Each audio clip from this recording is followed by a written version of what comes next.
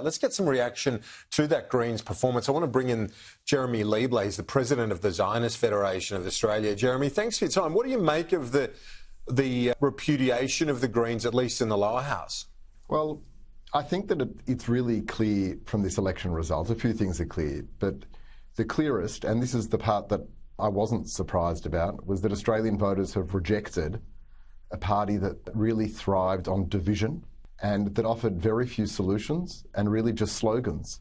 And I think it sent a very clear message and given a very strong mandate to the Albanese government going forward.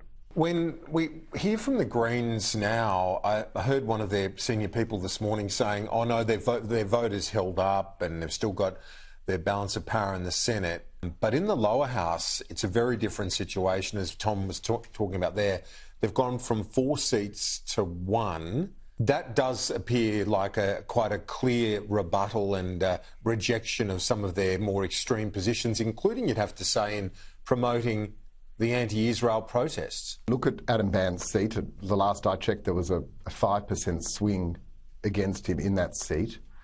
And it's not surprising. We've had the Greens actively, knowingly supported these weekly protests that often transcended into explicit anti-Semitic incitement or hate speech.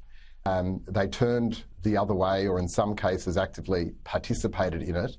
And there's just a practical consequence, really, for most Australians, certainly Victorians, who want to go to the city on a Sunday afternoon, and small businesses trying to operate are not interested in that sort of division on the streets of Australia.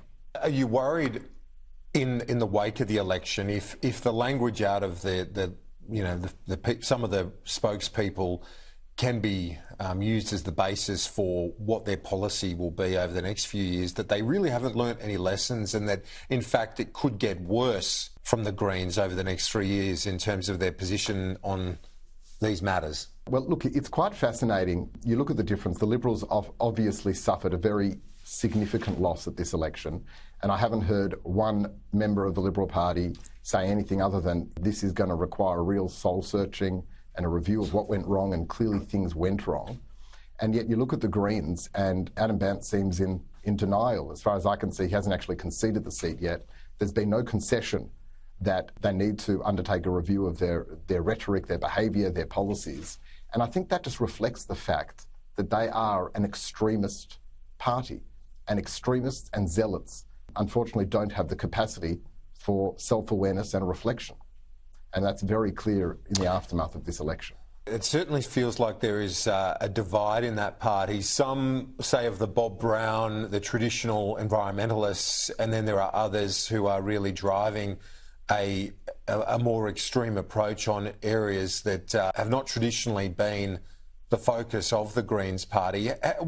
What's the broader reaction now, Jeremy, to the election among Jewish Australians? Have things settled down off the back of what was a really concerning period of time there in those anti-Semitic attacks? Look, it's been the lead up to this election has been the most difficult for the Jewish community, and a very unique set of circumstances. I'm very hopeful that going forward, the fact that Labor had a very clear, resounding win will give it a mandate to govern from the centre. It seems clear to me that's what the Prime Minister intends to do, and I hope that extends also to foreign policy.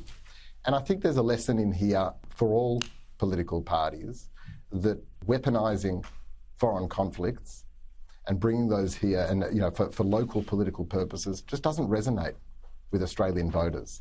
And so my hope is, and time will tell, it's no secret that the relationship between the Jewish community and the government was under strain in the last 18 months.